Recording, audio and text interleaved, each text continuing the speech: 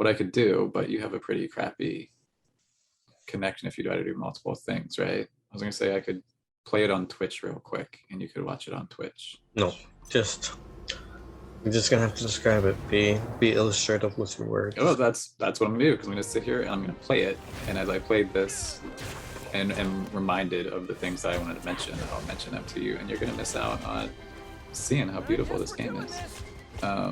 The costumes are interesting. The thing I like about the costumes is you can do the whole like customize your look, but you'd keep the stats of the better piece of equipment that you like, you know? So that's like cool. I've got the best equipment on, but instead of it looking like a hodgepodge of let's see, Spider-Man's costumes are, you know, Spider-Man Noir, a modern outfit, Spider-Punk, basically the main Spider outfits you'd see, all new, all different, 2099, that stuff, type of stuff. But my look is the modern classic Spider-Man look, because Parker wanted me to play as the real Spider-Man. I had a sweet look, which was like blue Spider-Man Noir goggle mask. Wait, is this the one you showed me? No, this is different. With some purple. It sounds exactly like what your character looked like in that one too. Yeah, with this. That's what I'm saying. Like pretty much all the Spider-Man costumes are like the same these days. Like when you're looking for variety, there's really not a lot of variety. Oh, those are pretty sweet. But then each of the costume piece, right? You get a mask, a body, arms, and legs. But each version of like the outfit, the modern, the Spider-Punk, the Scarlet Spider look, comes in a lot of different shades. So you can be like, oh, let me wear the purple Scarlet Spider gauntlets, and I'll wear the purple modern end of the earth boots. So there is a lot of customization to how your character can look, kind of. If you play enough, what color boots do I want? I want the Spider-Man Noir boots, and they look purple. Whatever. But that's cool. There was one thing I didn't like that confuses me. There's some sort of thing called like Omega cards. No idea how it works, but it's like comic book covers that you can collect and add to your character, and it gives you bonuses, like, you know, bonuses to your attack and stuff. That's a pretty fun game though. I'm definitely going to Twitch it, you know, more. What else do I have to say about that game? Fighting's repetitive. It's nice because you can click on your map, right? And you can find side quests. And if you click the side quest on the map, then your character will start like web swinging or flying to that location. So you don't have to like do the movement the whole time and be staring at your iPhone. The levels aren't big, but that's what I said. That's what I'm saying. Like, I think I can see the potential in it where it gets to be repetitive. Where it's like, oh, all the quests, all these side quests are like, oh, go beat up these guys and bring me back my schematics for the Ultron robot. And I need, you know how MMORPGs work, right? You know, the grind of them. It's a lot of that, but I can see that being really annoying and repetitive after a while. It's pretty fun. I like it.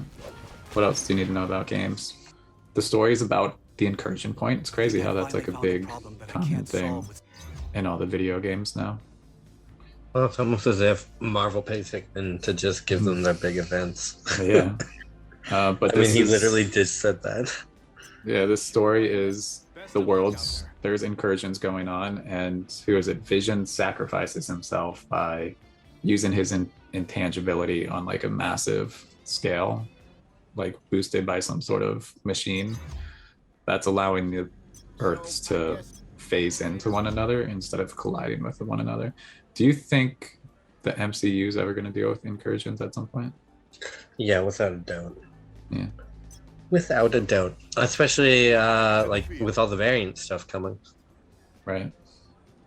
Because isn't that technically just going to be a bunch of incursions?